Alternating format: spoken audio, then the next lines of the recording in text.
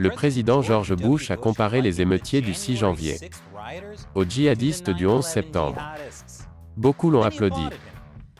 Mais la réponse du gouvernement américain au 6 janvier égalera-t-elle la réponse de Bush au 11 septembre?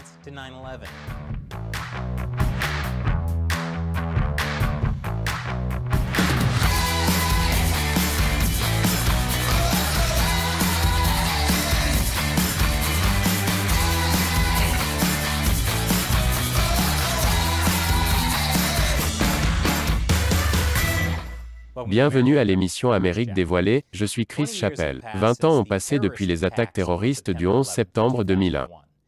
Et beaucoup de choses ont changé depuis. Un nouveau Seigneur des Anneaux est en train de sortir, Law & Order joue 24/7 à la télé. Et les talibans règnent sur l'Afghanistan. D'accord, peut-être que pas tant que ça a changé. En réponse au 11 septembre, le président George W. Bush a lancé la « guerre contre la terreur », qui incluait un appareil de surveillance domestique massif rendu possible par le Patriot Act. Mais est-ce que 20 ans de cela ont rendu les États-Unis plus sûrs? Selon un sondage Washington Post ABC News, les Américains ne sont que très peu nombreux à dire que les États-Unis sont plus en sécurité contre le terrorisme qu'avant le 11 septembre. Le sondage a également révélé que davantage d'Américains pensent que le 11 septembre a changé le pays pour le pire que pour le meilleur. Attendez, qui a dit que le 11 septembre avait amélioré le pays? Je suppose que certaines personnes aimaient vraiment les Freedom Fries. Merci. Aux terroristes? En parlant de changer le pays pour le pire, le président George W. Bush a pris la parole ce week-end au mémorial du 11 septembre à Shanksville, en Pennsylvanie, où il a comparé les attaques du 11 septembre à l'émeute du 6 janvier au Capitole. Et nous avons vu de plus en plus de preuves que les dangers pour notre pays peuvent provenir non seulement des frontières, mais aussi de la violence qui se rassemble à l'intérieur. Il y a peu de chevauchement culturel entre les extrémistes violents à l'étranger et les extrémistes violents chez nous. Mais dans leur dédain du pluralisme, dans leur mépris de la vie humaine, dans leur détermination à souiller les symboles nationaux, ils sont les enfants du même esprit immonde. Et il est de notre devoir permanent de les affronter. Le 6 janvier n'avait rien à voir avec le 11 septembre. Pour commencer, Steve Ranazzi n'a pas menti sur sa présence au Capitole le 6 janvier. Pas encore. Mais Bush n'est pas la première personne à comparer le 6 janvier au 11 septembre. En fait, au cours des derniers mois, il y a eu des gens qui ont affirmé que l'émeute du 6 janvier était pire que le 11 septembre. Oubliez la mort et la destruction, le 11 septembre était objectivement pire que le 6 janvier simplement parce qu'il nous a donné la TSA. Vous savez que j'ai raison. Mais si nous devons examiner les faits, d'une part le 11 septembre a été la pire attaque étrangère sur le sol américain, tuant près de 3000 Américains et en blessant plus de 25 000.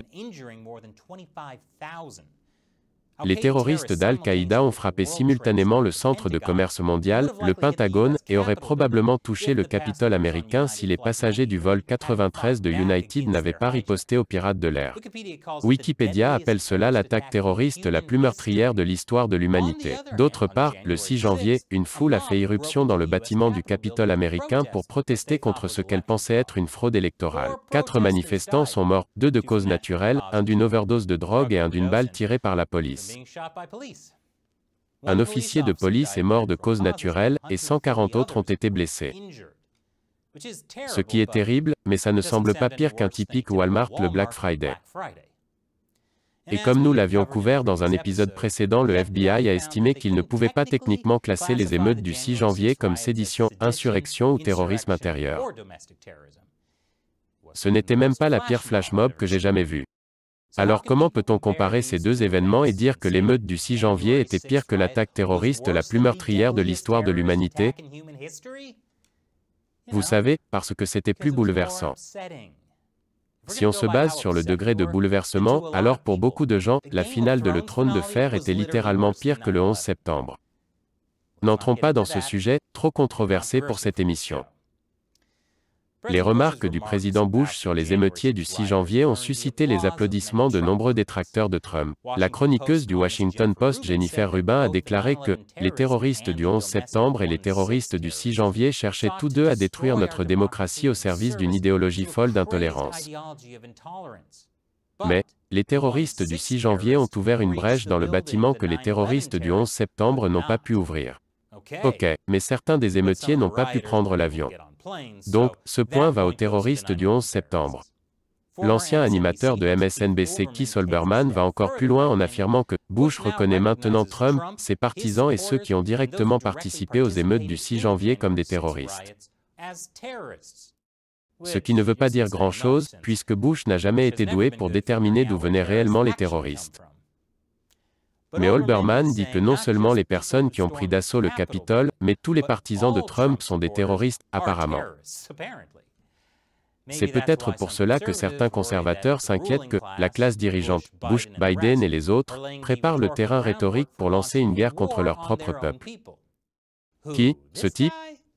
Ce type ressemble-t-il à quelqu'un qui supprimerait les droits des citoyens américains en raison de la menace terroriste? La suite après la pause. Bienvenue à nouveau. Le président George W. Bush a supprimé les droits des Américains grâce à la loi Patriot. Adoptée un mois à peine après les attentats du 11 septembre, il permettait au gouvernement de s'adresser simplement à un tribunal secret établi par la loi sur la surveillance le renseignement étranger de 1978 et de demander la permission de surveiller les appels téléphoniques, les courriels ou les messages textuels. Toutes ces chansons du groupe Insane Clown Posse que vous avez cachées sur votre ordinateur, le gouvernement est au courant. Le ministère de la Justice de M. Bush a déclaré que cette mesure était nécessaire parce qu'elle supprime les principales barrières juridiques qui empêchaient les forces de l'ordre, les services de renseignement et la défense nationale de coordonner leur travail pour protéger le peuple américain. Désormais, les policiers, les agents du FBI, les procureurs fédéraux et les responsables du renseignement peuvent protéger nos communautés en reliant les points pour découvrir les complots terroristes avant qu'ils ne soient menés à bien.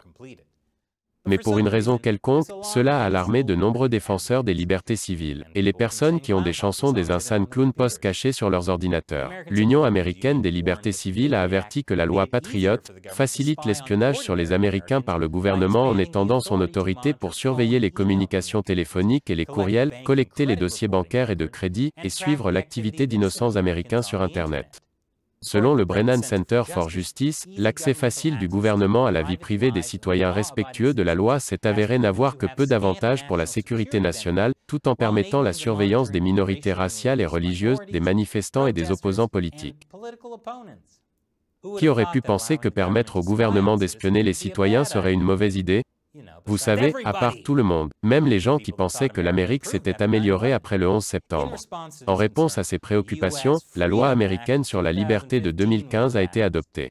Elle a neutralisé le pouvoir du gouvernement de collecter en vrac des millions d'enregistrements téléphoniques d'Américains. Mais les défenseurs de la vie privée affirment que cela n'a pas résolu le problème plus large de la surveillance numérique. Par exemple, la version 2020 de la loi Patriot, maintenant appelée loi sur la réautorisation de la liberté américaine, permet toujours au FBI de collecter l'historique de la navigation des Américains sur Internet sans mandat. Même lorsque vous utilisez la fenêtre incognito. Le gouvernement sait ce que vous regardez. Nous savons tous ce que vous regardez. Et l'on craint que l'administration Biden ne soit sur le point de lancer sa propre version de la loi Patriot pour combattre l'extrémisme intérieur. Cet été, l'administration Biden a publié un plan pour contrer le terrorisme intérieur. Le procureur général Merrick Garland a tenté de rassurer les gens en disant qu'il se concentrerait sur la violence et non sur l'idéologie, et que le gouvernement n'enquêtera pas sur les gens pour leurs activités protégées par le premier amendement. Je veux dire, je me sens mieux. Ce n'est pas comme si le gouvernement américain avait déjà abusé des lois sur le terrorisme. C'est pourquoi des groupes exhortent l'administration Biden à éviter les tactiques antiterroristes défectueuses de l'après 11 septembre, comme la TSA. Mais le 11 septembre et la loi Patriot n'ont pas seulement modifié la surveillance gouvernementale aux États-Unis. Ils ont également affecté d'autres pays, et il y a une démocratie libérale en particulier qui fait sans doute encore plus que les États-Unis pour restreindre le droit à la vie privée. Je vous explique après la pause. Bon retour parmi nous. Avant le 11 septembre, l'Australie n'avait aucune loi antiterroriste nationale. Mais après le 11 septembre, elle a adopté un nombre impressionnant de 92 lois antiterroristes. Cela semble excessif.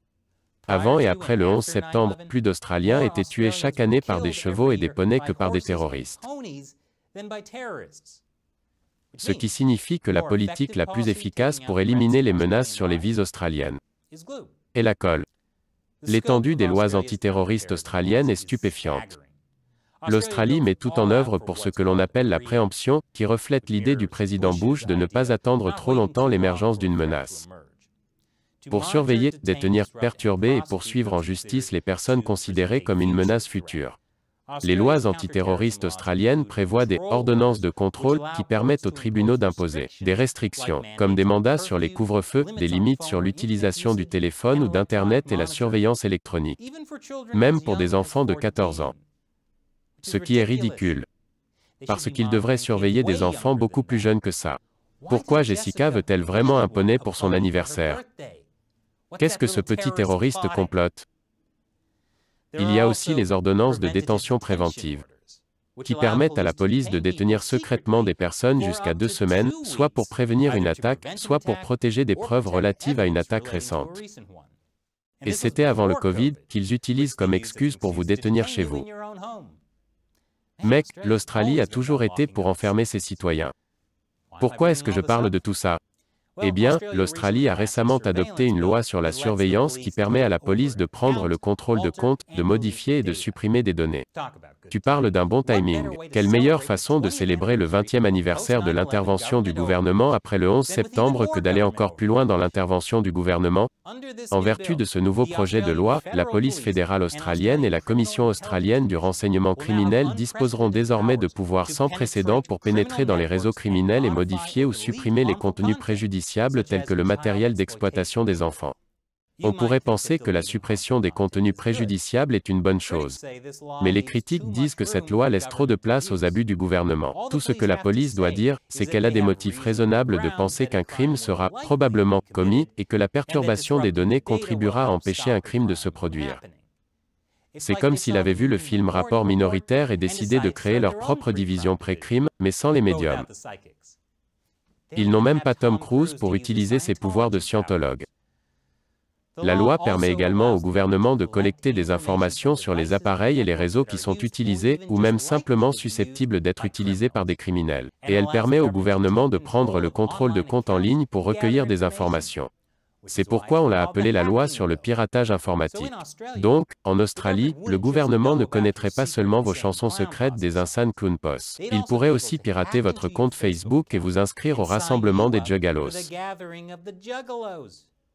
C'est vraiment une avancée terrifiante du gouvernement. Comme je l'ai dit à propos de la politique de verrouillage cauchemardesque de l'Australie. Les Américains peuvent s'inspirer de l'Australie pour voir ce qui se passe quand le gouvernement va trop loin en temps de crise. Qu'en pensez-vous? Laissez vos commentaires ci-dessous. Et si vous aimez cette émission, sachez que nous ne pourrions pas la réaliser sans le soutien direct de téléspectateurs comme vous. Visitez patreon.com/americauncovered et contribuez à hauteur d'$1 ou plus par épisode pour nous aider à poursuivre l'émission. Une fois encore, je suis Chris Chappell. Merci de regarder Amérique dévoilée.